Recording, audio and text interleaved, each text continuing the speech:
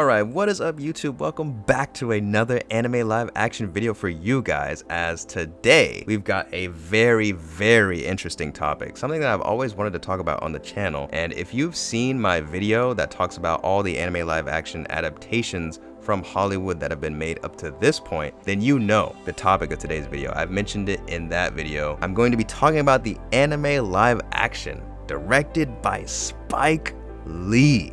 Yes, Spike Lee, one of the most famous, well-known filmmakers of our time, of our generation, actually ended up making an anime live action movie. Now, I say anime live action a little bit loosely here because the source material that the movie is based off of actually never had an anime. It is a manga, so I guess you could call this a manga live action adaptation if you really want to get specific here, but nonetheless. So yeah, I bet you guys are wondering how this even came about, so I'm just gonna use this opportunity and this video to kind of talk about how this happened and what this movie is about, and then I'm gonna make a separate video actually reviewing the movie and going over what I liked and didn't like, etc. So yeah, without further ado, let's get into it. Oldboy is a 2013 American neo-noir action thriller film directed by Spike Lee and written by Mark Protosevich. It is an official remake, or as labeled by Lee, a reinterpretation of Park Chan-wook's 2003 South Korean film of the same name, which in turn is based on the Japanese manga Oldboy and stars Josh Brolin and Elizabeth Olsen. Oldboy was released in the United States on November 27, 2013. It was the last film to be distributed by Film District before Focus Features absorbed the company in October 2013. It received a mixed reception from critics, with praise for the acting and visual style, but was criticized in relation to Park's film. Lee was criticized for not using creative choices to differentiate his work,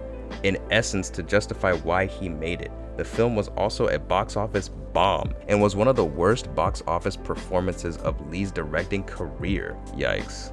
Mandate Pictures sent a press release stating that Spike Lee would direct a remake of the South Korean film, ignoring the earlier version's adaptation of the manga, with a screenplay written by Protosevich. Josh Brolin was cast to star in the remake as the lead character, while Christian Bale was reportedly in talks to portray the antagonist character, but it was later reported that Colin Firth had been offered the role. Spike Lee's version was 140 minutes long, but the producers heavily re-edited the film to 105 minutes. Re-edits by producers also included the one-shot hammer scene. Lee and Josh Brolin were unhappy with it.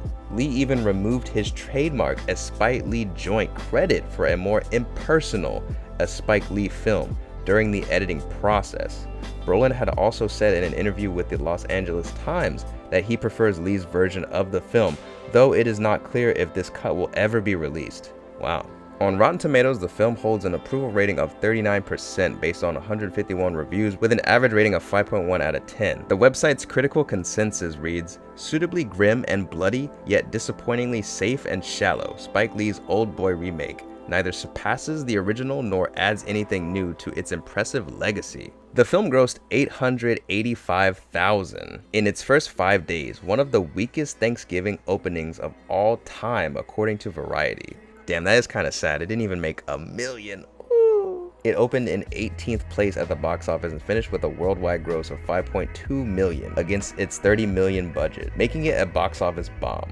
The budget was $30 million and it only made $5.2 million worldwide gross. So that is a huge letdown. That is a huge shot to the gut. OMG. So yeah, as you can see, this movie did not do well, and from the looks of it, people didn't really like it either. That's not to say that I don't like it. I'm definitely going to give my own take and give my own thoughts on the film in a separate video. But if you guys have seen this film, I would be very curious to know what you guys think. So definitely feel free to let me know in the comments below. And yeah, I kind of wanted to just talk about this film and the fact that it exists, because it is a anime live action that I think not a lot of people know about or have even heard about. So yeah, with that being said, thank you guys so much for watching. I really do appreciate it. Leave a like on the video, subscribe if you haven't already, that helps me out a ton. And as always, I will see you guys in the next video.